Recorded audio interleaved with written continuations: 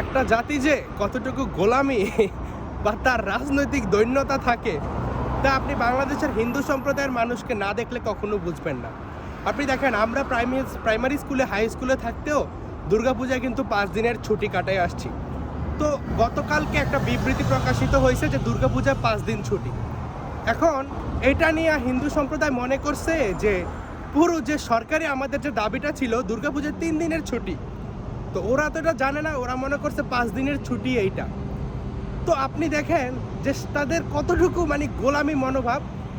যদি দুর্গাপূজায় 5 দিন ছুটি দেওয়াও থাকে সরকারি ক্ষেত্রে সব দাপ্তরিকভাবে, তাহলে এটা তো তার তার নিজের ধর্মীয় স্বাধীনতা রক্ষার অধিকার, যেটা সরকার এবং মেজরিটি স্টেক তাকে দিতেছে না।